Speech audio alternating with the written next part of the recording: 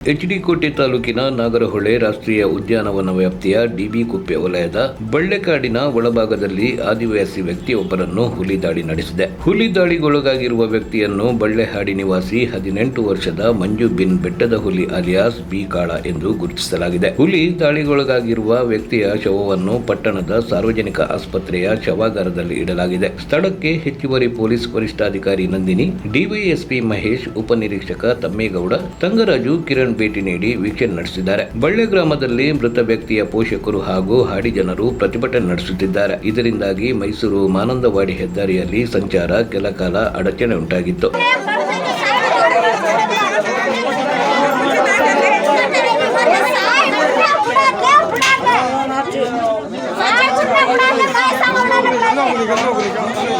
ಪ್ರತಿಭಟನಾ ನಿರತರನ್ನು ಮನವೊಲಿಸಲು ಡಿವೈಎಸ್ಪಿ ತೆರಳಿದ್ದಾರೆ. ಇನ್ನು ಪ್ರಕರಣ ದಾಖಲಾಗದ ಹಿನ್ನೆಲೆ ಮರಣೋತ್ತರ ಪರೀಕ್ಷೆಯನ್ನು ಮಾಡಿಲ್ಲ. ದಾಳಿ ಮಾಡಿದ ಹುಲಿಯು 4 ಮರಿಗಳ ತಾಯಿ ಬ್ಯಾಕ್ ವಾಟರ್ ಫೀಮೇಲ್ ಎಂದು ಹೇಳಲಾಗುತ್ತಿದೆ. ವರದಿ ಮಲಾರ ಮಹದೇವ್.